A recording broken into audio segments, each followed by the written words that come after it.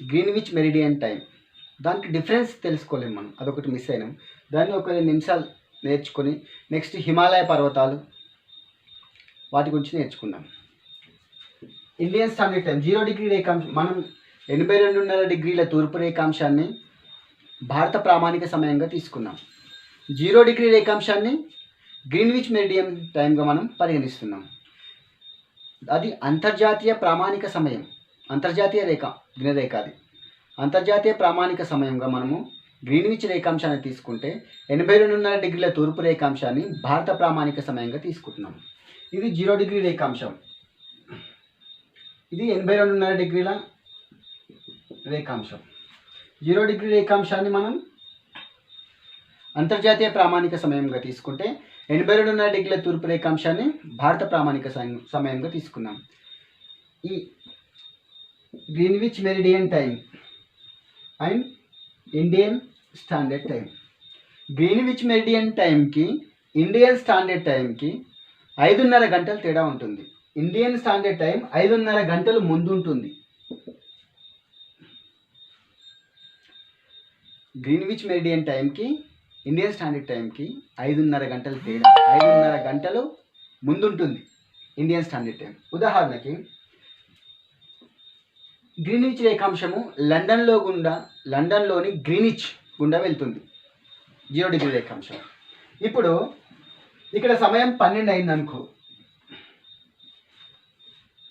Correct సమయం 12 అయితే భారత కాలమానం ప్రకారం సమయం ఎంత అంటే 12కి 5:30 గంటలు కలపండి, అప్పుడు ఎంత అవుతుంది? 5:30 అవుతుంది. ఒకవేళ ఇక్కడ 1 PM అయింది అనుకోండి,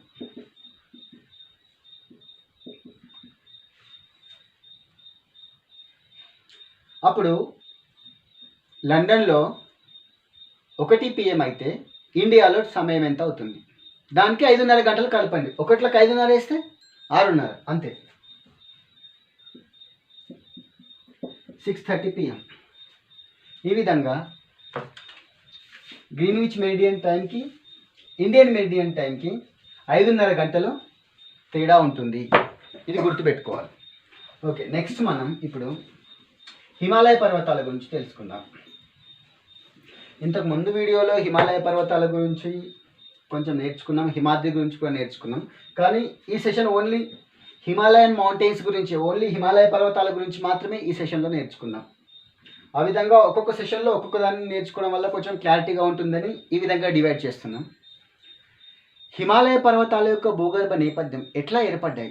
సుమారు 20 కోట్ల సంవత్సరాల క్రితం, 20 కోట్ల సంవత్సరాల క్రితం గోండ్వానా భూభాగంలో ఉన్నటువంటి భాగం, ఒక పలక, గోండ్వానా భూభాగంలోని పలక, గోండ్వానా భూభాగంలో కొంచెం విడిపోయి ఒక పలక ఇక్కడ ఈశాన్య వైపు కదిలి అంగారా భూభాగాన్ని, దాన్ని మనం లారేషియా భూభాగం అని అంటున్నాం, దాన్ని యూరో ఏషియా భూభాగం అని అంటున్నాం.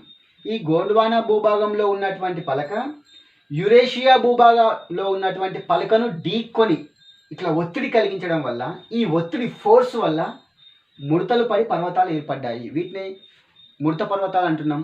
ఈ విధంగానే ఏర్పడ్డవే హిమాలయ పర్వతాలు. మనం ఆల్ఫ్రెడ్ వెజ్నర్ చెప్పినటువంటి ఖండచలన సిద్ధాంతం గురించి చదువుకున్నాం లాస్ట్ ఇయర్ క్లాస్లో. ఆ ఖండచలన సిద్ధాంతంలో పాంజియా, పాంతాల్సా, టెతిస్ మహాసముద్రం ఏ విధంగా ఉండే, టెతిస్ మహాసముద్రానికి ఉత్తరాన ఉన్నటువంటి భూభాగాన్ని అంగారా భూమి అని అంటాము, దాన్నే లారేషియా భూమి అని అంటాము. టెతిస్ మహాసముద్రానికి దక్షిణాన ఉన్న భూభాగాన్ని గోండ్వానా భూమి అంటాము. గోండ్వానా భూమి ముక్కలుగా విడిపడి ఒక ముక్క ఈ విధంగా కదిలి అంగారా భూభాగాన్ని, లారేషియా భూభాగాన్ని, యూరో ఏషియా భూభాగాన్ని ఢీకొనడం వల్ల, ఈ ఒత్తిడి ఫోర్స్ వల్ల ముడతలు పడి ఏర్పడినటువంటి పర్వతాలే హిమాలయ పర్వతాలు. సుమారు 2000 కోట్ల సంవత్సరాల క్రితం ఈ హిమాలయ పర్వతాలను మనము 3 రేంజ్లు విభజించినాం. ఇప్పుడు హిమాలయ పర్వతాల గురించి నేర్చుకుందాం. హిమాలయన్ మౌంటైన్స్ భారతదేశానికి ఉత్తర సరిహద్దుగా ఉన్నాయి అనుకున్నాం. ఈ విధంగా ఇది హిమాలయన్ మౌంటైన్స్ ఈ విధంగా ఉన్నాయి అనుకుందాం. హిమాలయన్ మౌంటైన్స్ ఎన్ని కిలోమీటర్ల పొడవు ఉన్నాయి? 2400 కిలోమీటర్ల పొడవుతో ఉన్నాయి హిమాలయన్ పర్వతాలు. 2400 కిలోమీటర్ల పొడవుతో ఉన్నాయి హిమాలయ పర్వతాలు. వీటి యొక్క వెడల్పు ఇక్కడ పశ్చిమం దిశగా 500 కిలోమీటర్లు, పశ్చిమం దిశగా 500 కిలోమీటర్ల వెడల్పు ఉంటే మధ్య భాగము మరియు తూర్పు భాగంలో 200 కిలోమీటర్ల వెడల్పుతో ఉన్నాయి హిమాలయన్ మౌంటైన్స్. హిమాలయన్ మౌంటైన్స్ ఈ విధంగా ఉన్న తర్వాత ఇక్కడ భారతదేశంలో ఈశాన్య రాష్ట్రాల్లో కొంచెం ఈ విధంగా జడపిన్ను వంపుగా ఈ విధంగా టర్న్ అయింది హిమాలయన్ మౌంటైన్స్. ఇక్కడ తూర్పు భాగం అర్థమవుతుంది. ఇక్కడ మనం వీటిని ఈ మౌంటైన్స్ను పూర్వాంచల్ అని అంటున్నాం. తర్వాత చెప్పుకోవాల్సింది ఫస్ట్ చెప్పుకుందాం. పూర్వాంచల్ మౌంటైన్స్ అని అంటున్నాం. ఇక్కడ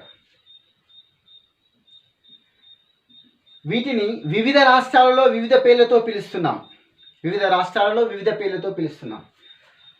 అరుణాచల్ ప్రదేశ్లో పాట్కాయ్ కొండలు అని, నాగాలాండ్లో నాగా కొండలు అని, మణిపూర్లో మణిపురి కొండలు అని, మేఘాలయలో కాశీ కొండలు, గారో కొండలు, జయంతియా,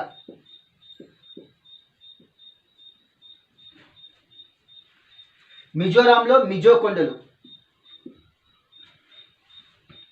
హిమాలయ పర్వతాలు 2400 కిలోమీటర్ల పొడవుతో విస్తరించి ఉన్నాయి.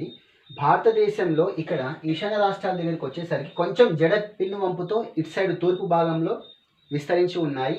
వీటినే మనం పూర్వాంచల్ పర్వతాలని అంటున్నాము. పూర్వాంచల్ పర్వతాలను వివిధ రాష్ట్రాలలో వివిధ పేర్లతో పిలుస్తున్నాము. అరుణాచల్ ప్రదేశ్లో పాట్కాయ్ కొండలు అని అంటున్నాం.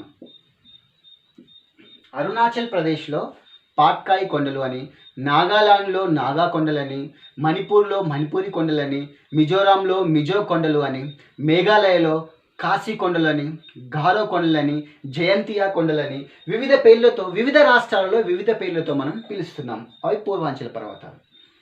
ఇవి హిమాలయ పర్వతాలే.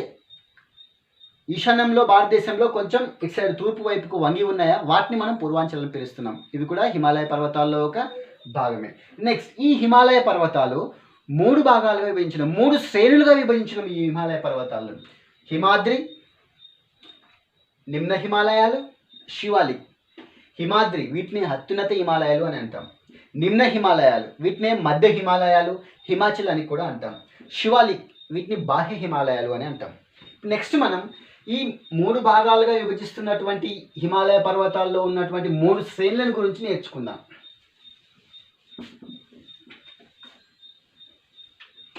ఇప్పుడు మీకు ఫస్ట్ హిమాలయన్ మౌంటైన్స్ గురించి కొంచెం ఐడియా వచ్చిన తర్వాత పూర్వాంచల్ పర్వతాలు అనగానేమి ఐడియా వచ్చింది.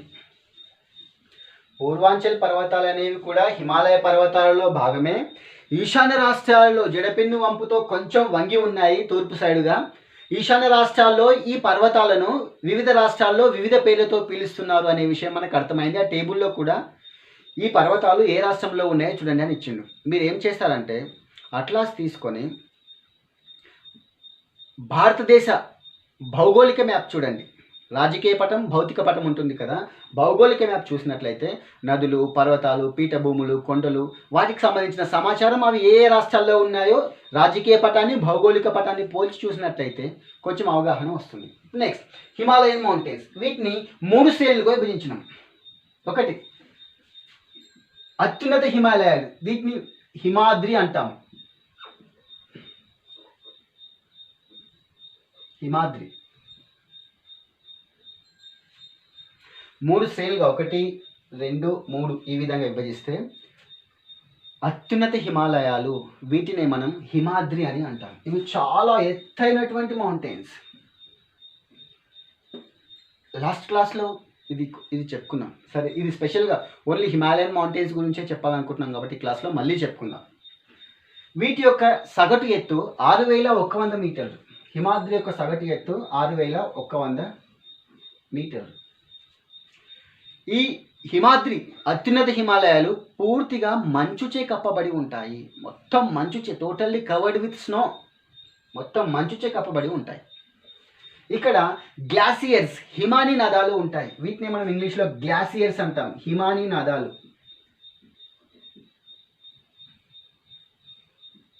హిమానీ నదాలు ఉంటాయి.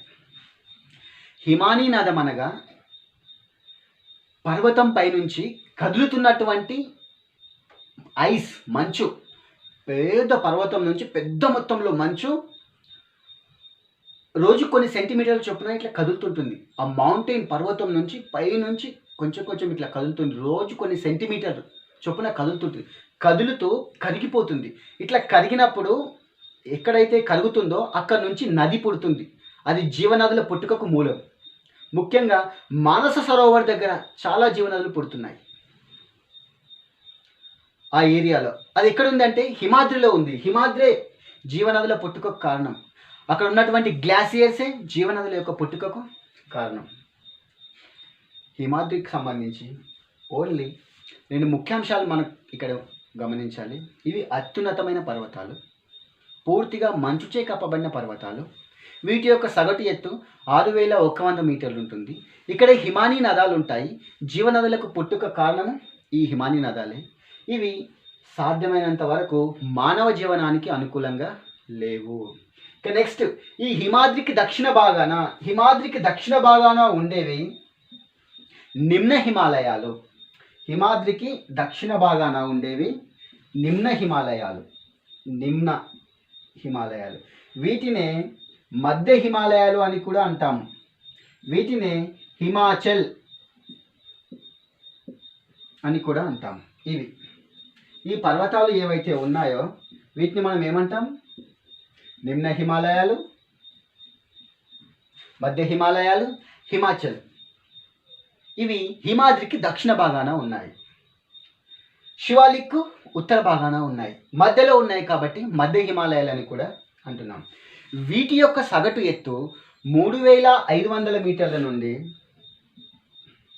4500 మీటర్ల ఎత్తు వరకు ఉంటుంది. వీటి యొక్క సగటు ఎత్తు. వీటి యొక్క విస్తీర్ణం, వెడల్పు 60 నుండి 80 కిలోమీటర్లు ఉంటుంది. నిమ్న హిమాలయాల యొక్క వెడల్పు 60 నుండి 80 కిలోమీటర్లు, సగటు ఎత్తు 3500 నుంచి 4500 మీటర్ల ఎత్తు వరకు ఉంటాయి. ఈ నిమ్న హిమాలయాలలో పర్వత శ్రేణులు ఉంటాయి, వివిధ పర్వత శ్రేణులు. ఉదాహరణకి పీర్ పంజల్ పర్వత శ్రేణి, ధౌల్ధార్,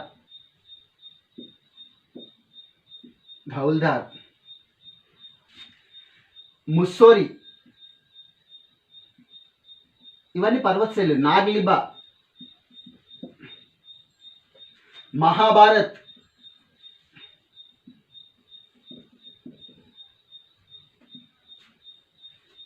వివిధ రకాల పర్వత శ్రేణులు నిమ్న హిమాలయాల్లో ఉంటాయి. ఈ పర్వత శ్రేణులలో పీర్ పంజల్ పర్వత శ్రేణి అత్యంత విస్తీర్ణం కలిగింది. చాలా పెద్దదైనటువంటి పర్వత శ్రేణి. ఈ పీర్ పంజల్ పర్వత శ్రేణికి జస్కర్ పర్వత శ్రేణికి మధ్యలో ఉండేదే కాశ్మీర్ లోయ. జస్కర్ పర్వత శ్రేణి అనేది ట్రాన్స్ హిమాలయాల్లో ఉంటుంది. హిమాలయాలకు ఉత్తర భాగంలో జమ్మూ కాశ్మీర్లో ట్రాన్స్ హిమాలయ మండలంలో ఉంటుంది జస్కర్ పర్వత శ్రేణి అనేది. ఈ పీర్ పంజల్ పర్వత శ్రేణికి జస్కర్ పర్వత శ్రేణికి మధ్యలో ఉండేది, పీర్ పంజల్ టు జస్కర్ మధ్యలో ఉండేది కాశ్మీర్ లోయ, కాశ్మీర్ వ్యాలీ.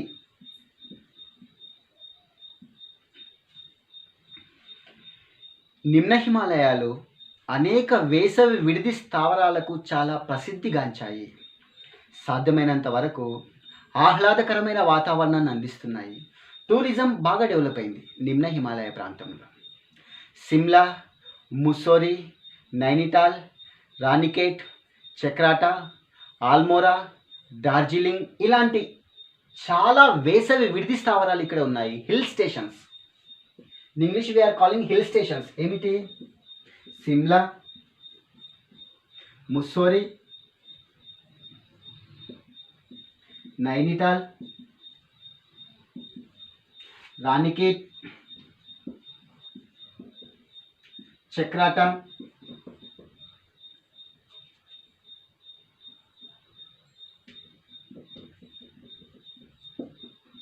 ఆల్మోరా, డార్జిలింగ్ అండ్ డార్జిలింగ్. ఇలాంటి వేసవి విడిది స్థావరాలు నిమ్న హిమాలయాల్లో ఉన్నాయి. అర్థమైందా? ఈ నిమ్న హిమాలయాలకు దక్షిణ భాగాన ఉండేవే శివాలిక్. ఈ నిమ్న హిమాలయాలకు దక్షిణ భాగాన ఉండేటటువంటి పర్వతాలను మనం శివాలిక్ అని అంటాం.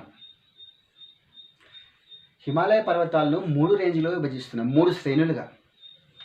గ్రేటర్ హిమాలయాస్ హిమాద్రి, నిమ్న Himalayas or middle Himalayas and Shivalik range. ఈ శివాలిక్ పర్వతాలు ఇక్కడ పోట్వార్ పీఠభూమి ఉంది, పాకిస్తాన్లో ఉంది Potwar. From Potwar plateau to Teesta river. Where is it? Teesta river. Teesta river అనేది పశ్చిమ బెంగాల్లో ఉంది. పశ్చిమ బెంగాల్లో ఉన్నటువంటి తీస్తా రివర్ వరకు విస్తరించి ఉన్నాయి. బ్రహ్మపుత్ర లోయ వరకు. పోట్వార్ టు బ్రహ్మపుత్ర లోయ వరకు విస్తరించి ఉన్నాయి శివాలిక్ శ్రేణి.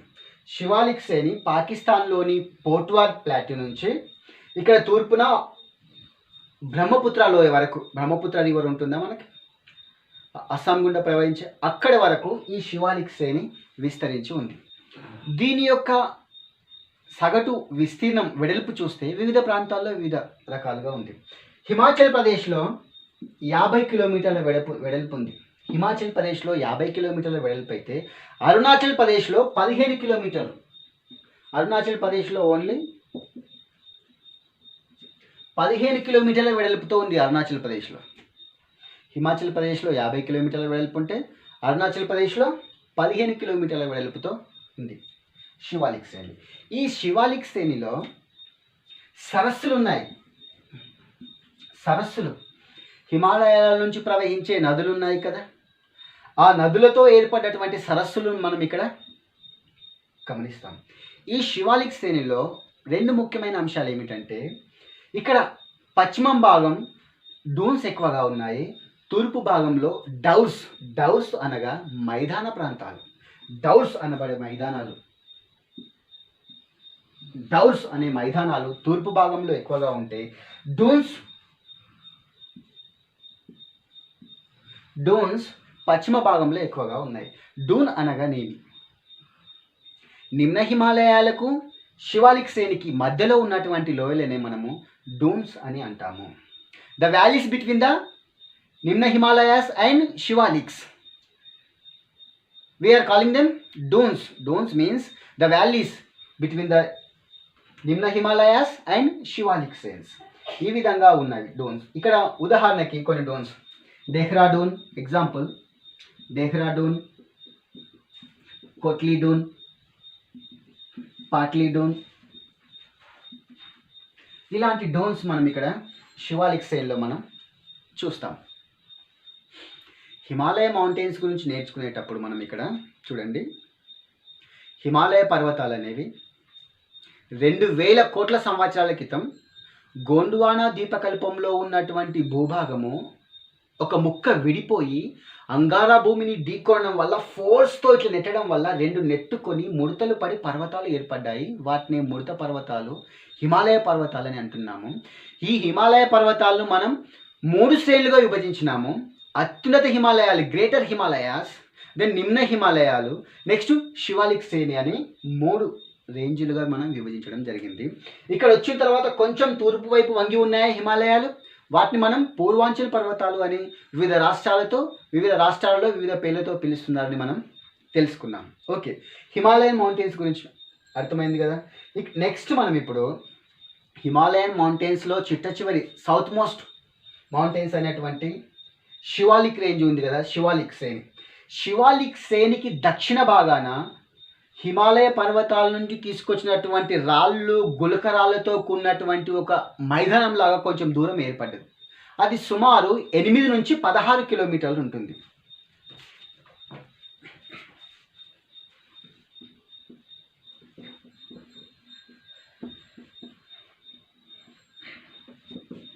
ఓకే, దాన్ని మనము బాబర్ అని అంటాము.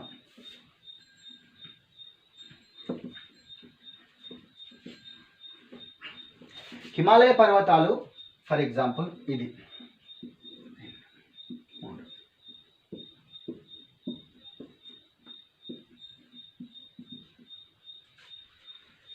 అత్యున్నత హిమాలయాలు, నిమ్న హిమాలయాలు, శివాలిక్.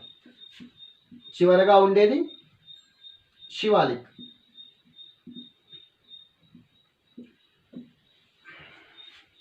హిమాలయాలను 3 శ్రేణులుగా విభజిస్తే దక్షిణాన చివరగా ఉండేది శివాలిక్. ఈ శివాలిక్ శ్రేణి యొక్క పర్వత పాదాల నుండి అంటే ఇక్కడ నుండి ఈ పర్వతాల యొక్క అంచు నుండి సుమారు 8 నుండి 16 కిలోమీటర్ల వెడల్పుతో 8 నుండి 16 కిలోమీటర్ల వెడల్పుతో రాళ్ళు, గులకరాళ్ళు వీటితో ఏర్పడినటువంటి ఒక ఏరియా ఉంది. ఇక్కడ మొత్తం ఏమున్నాయి ఇదంతా ఈ ఏరియా మొత్తం ఈ శివాలిక్ శ్రేణి నుంచి దక్షిణ భాగాన ఈ ఏరియా మొత్తం రాళ్ళు, గులకరాళ్ళతో ఉంది. ఎంత వెడల్పుతో? సుమారు 8 నుంచి 16 కిలోమీటర్ల వెడల్పుతో ఉంది. దీన్ని ఏమంటున్నామంటే బాబర్ అని పిలుస్తున్నాం. ఈ గులకరాలతో కూడినటువంటి ఏరియాకు ఆనుకొని దీని తర్వాత స్టార్ట్ అయ్యేది చిత్తడి నేలలు.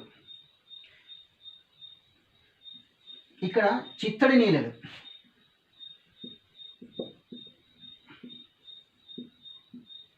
ఇవి 15 నుండి 30 కిలోమీటర్ల వెడల్పుతో ఉంటాయి. బాబర్ రాళ్ళు, గులకరాలతో ఏర్పడ్డటువంటి ఈ ఏరియా 8 నుంచి 16 కిలోమీటర్ల వెడల్పుతో ఉంటుంది. శివాలిక్ శ్రేణి నుంచి ప్రవహించేటటువంటి నదులు ఈ బాబర్ ఏరియాకు వచ్చేసరికి మాయమైపోతాయి. అంటే ఎక్కడ పోతే ఆ వాటర్ ఈ రాళ్ళు, గులకరాల లోపల నుంచి ప్రవహించి ఈ చిత్తడి నేల ఉందా, ఈ చిత్తడి నేల భూభాగం తర్వాత మళ్ళీ బయటికి కనిపిస్తాయి. అంటే హిమాలయ పర్వతాల నుంచి ప్రవహించేటటువంటి నదులు ప్రవహిస్తూ ఈ శివాలిక్ శ్రేణిని దాటిన తర్వాత ఈ గులకరాలతో కూడినటువంటి ఈ ఏరియా ఉందా బాబర్ అని, అక్కడికి వచ్చేసరికి వాటర్ లెవెల్స్ టోటల్గా ఇంత ప్రవహిస్తుంటే ఇంతకొస్తాయి, టోటల్గా తగ్గిపోతాయి. కొన్ని మొత్తం కనుమరుగైపోతాయి. ఈ 8 నుంచి 16 కిలోమీటర్ల వెడల్పుతో కనుమరుగైపోయి మళ్ళీ ఇక్కడ బయటకు వస్తాయి. ఇక్కడ ఇవి చిత్తడి నేలలు 15 నుంచి సుమారు 30 కిలోమీటర్ల వెడల్పుతో ఉన్నాయి. చిత్తడి నేలలు ఎట్లా ఉంటాయంటే ఇవి మ్యాక్సిమం వెట్లాండ్స్, తడిగా ఒక రోజు తుమ్మురు పడితే ఎట్లా ఉంటుంది నేల, తడిగా ఉండదా, ఆ విధంగా మ్యాక్సిమం తడిగా ఉంటాయి. ఈ చిత్తడి నేలలో ఒకప్పుడు చాలా అడవులు ఉండేవి. కానీ దేశ విభజన, వలసలు రావడం, జనాభా పెరగడం, ట్రీస్ మొత్తం కట్ చేసి అగ్రికల్చర్గా ఉపయోగించడం జరుగుతుంది. దీని తర్వాత నెక్స్ట్ మనకు గంగా సింధు మైదానం గురించి మనం నేర్చుకుంటాం. గంగా సింధు మైదానం అని అంటున్నాం. దీంట్లో Ganga river and Indo Gangetic plain, Ganga and Sindhu ఈ 2 రివర్స్ కనిపిస్తున్నాయి. కానీ ఈ మైదానం అనేది గంగా, బ్రహ్మపుత్ర మరియు సింధు ఈ 3 నదుల వల్ల గంగా సింధు మైదానం అనేది ఏర్పడింది. నెక్స్ట్ టాపిక్లో మనం ఒక స్టెప్ బై స్టెప్ వీడియో తీసుకుందాం, లెంతీగా ఉండకుండా. ఇప్పుడు మనకు అర్థమైంది కదా హిమాలయ పర్వతాలను 3 శ్రేణులుగా విభజిస్తున్నామని. గ్రేటర్ హిమాలయస్, నిమ్న Himalayas and Shivalik range. Glaciers, hill stations and Bhabar, Terai, చిత్తడి నేలలు. ఇక్కడ ఇంకొక విషయం ఏమిటంటే ఇక్కడ చిత్తడి నేలలకు దక్షిణ భాగాన ఒండ్రు మట్టితో కూడినటువంటి నేలలు ఉన్నాయి. పురాతన ఒండ్రు మట్టితో కూడినటువంటి నేలలను భంగర్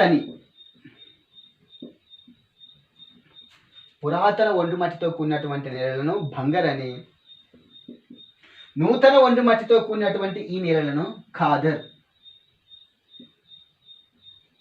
అని వివిధ పేర్లతో మనం ఇక్కడ పిలుస్తున్నాం. ఇప్పుడు నెక్స్ట్ మనము హిమాలయాల యొక్క ప్రాముఖ్యత తెలుసుకుందాం.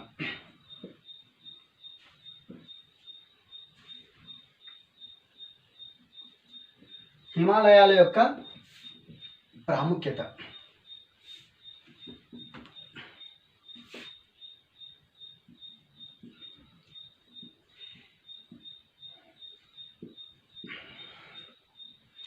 భారతదేశ శీతోష్ణ స్థితిపై హిమాలయాల యొక్క ప్రాముఖ్యత వివరించండి.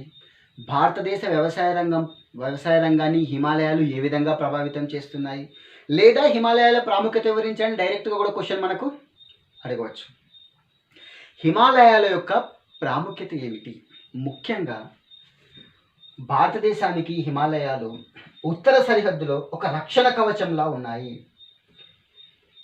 విదేశీ దండయాత్రలు జరగకుండా ఉండడమే కాకుండా మధ్య ఆసియా నుంచి వచ్చేటటువంటి శీతల గాళ్ళు, చాలా కోల్డ్ విండ్స్, చలి గాళ్ళ నుండి భారతదేశాన్ని రక్షించే విధంగా ఉన్నాయి. హిమాలయాలు శీతల గాళ్ళ నుండి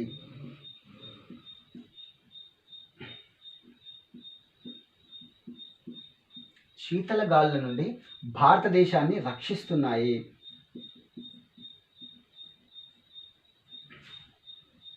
మధ్య ఆసియా నుండి వచ్చేటటువంటి చల్లని గాళ్ళ నుండి ఇండియాను ప్రొటెక్ట్ చేస్తున్నాయి హిమాలయాలు. అదేవిధంగా హిమాలయాలు అనేకమైన జీవనదులకు పుట్టినిల్లు.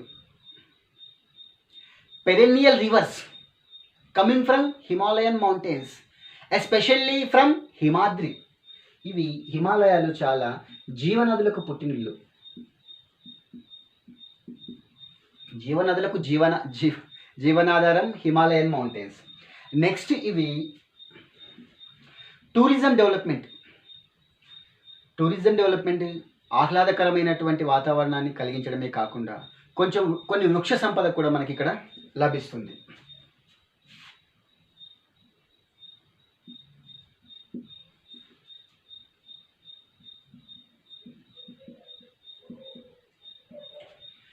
ఇక్కడ మనకు వినోదం, వృక్ష సంపద ఇక్కడ లభిస్తుంది.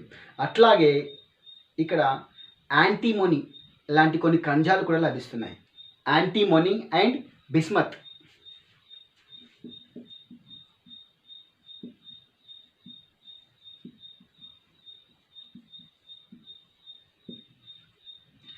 యాంటీమోనీ అండ్ బిస్మత్ లాంటి ఖనిజాలు మనకు హిమాలయ పర్వతాల్లో లభ్యమవుతున్నాయి. ఈ 4 పాయింట్స్ గుర్తుపెట్టుకుంటే హిమాలయ పర్వతాల యొక్క ప్రాధాన్యత మనకు తెలుస్తుంది. ఇంకొక ముఖ్యమైన పాయింట్ ఏమిటంటే భారతదేశంలో ఉన్నటువంటి ఋతుపవన శీతోష్ణ స్థితి, దానికి హిమాలయాలే కారణం.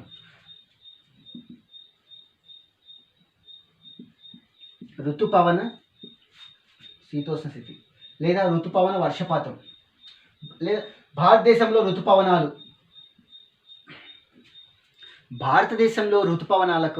ఋతుపవన శీతోష్ణ స్థితికి, ఈ వర్షాలకు హిమాలయాలే ప్రధాన కారణంగా మనం చెప్పవచ్చు. ముఖ్యంగా 5 పాయింట్లను గుర్తుపెట్టుకోండి. హిమాలయాల యొక్క ప్రాధాన్యత ఏమిటి అని అడిగితే, ఉత్తర సరిహద్దుగా పకడ్బందీ గట్టి రక్షణ కవచంలా ఒక గోడలాగా హిమాలయాలు ఉన్నాయి. విదేశీ దండయాత్రలనే కాదు, హిమాలయాలు దక్షిణ ఆసియా నుండి వచ్చేటటువంటి చల్లని గాలులను రక్షిస్తున్నాయి. ఒకవేళ ఆ గాలులే వచ్చుంటే శీతల ఎడారిగా మారిపోయేది ఇండియా. వర్షాలు ఉండేవి కాదు, ఋతుపవన శీతోస్థితి ఉండేది కాదు, ఋతుపవన వర్షపాతం ఉండేది కాదు. అప్పుడు ఏమవుతుంది, ఏరియా డిజర్ట్గా మారిపోతుంది. ఆ విధంగా మారకుండా ఈ చలిగాళ్ళ నుండి మనల్ని హిమాలయాలు రక్షిస్తున్నాయి. 2, జీవనదులకు పుట్టినిల్లుగా ఉన్నాయి హిమాలయాలు. హిమాలయాల్లో జీవనదులు పుట్టడం వల్ల ఆ నదీ పరివాహక ప్రాంతం విస్తరించి గంగా సింధు మైదానంగా అగ్రికల్చర్ డెవలప్మెంట్ అనేది చాలా ఎఫెక్టివ్గా జరిగింది. ఇక నెక్స్ట్, హిమాలయన్ మౌంటైన్స్ అనేవి వేసవి విడుదలుండి టూరిజం డెవలప్మెంట్ జరిగింది, వృక్ష సంపద ఉంది, అలాగే యాంటీమోనీ, బిస్మత్ లాంటి ఖనిజ సంపద కూడా ఇక్కడ ఉంది. అలాగే ముఖ్యంగా ఋతుపవన శీతోష్ణ స్థితికి హిమాలయాలే ప్రధాన కారణమని మనం చెప్పవచ్చు. నెక్స్ట్ క్లాస్లో మనము